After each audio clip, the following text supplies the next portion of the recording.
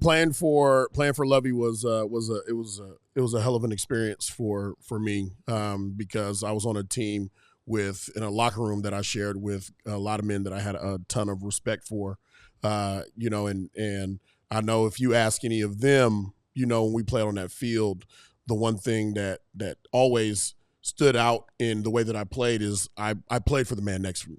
You know what I mean? And I wasn't going to miss this tackle or miss this play or hit this guy or take out two when I only had to take out one because I wanted the guy next to me to make that play. I wanted to do as best I can at my job so that I make the job easier for the guys that were next to me, and it was also evident when those guys made the play. I was always one of the first there celebrating with those guys, and there was a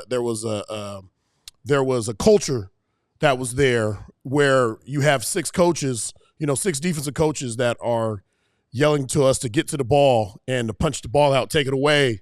Don't leave a ball on the ground, pick it up. We got to score. You just don't hear that. You might hear it from one coach. You might hear it from two. You don't hear it from all of your coaches at the same time every snap. Every snap. Every snap. So everything Lance is saying, as far as playing under Coach Lovie Smith, he was unbelievable. He played a defense I think both of our skill sets just thrived in. It couldn't have been more perfect.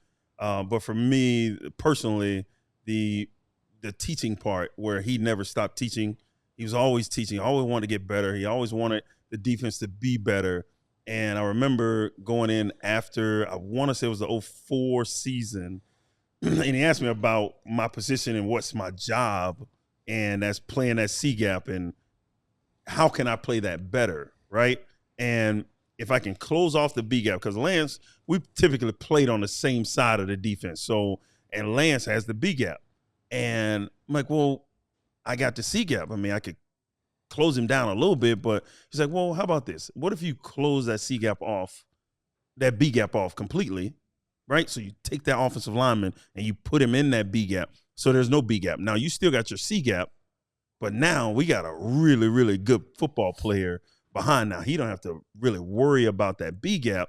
He can roam, and now we got two crazy athletic linebackers that can go wherever they want to. Right. And it's just by you doing your job a little bit better, and it makes this defense so much better, right? So, and just that teaching part, just always trying to squeeze a little bit more out of that orange, right? Or like trying to get a little bit more. And I love that about him because he was about perfection, and whatever he believed in, he was always on you about it. Always on you. Challenge. And he truly, in my opinion, I think he truly cared about his players. Yep. And he truly cared. We all silly like the mayor.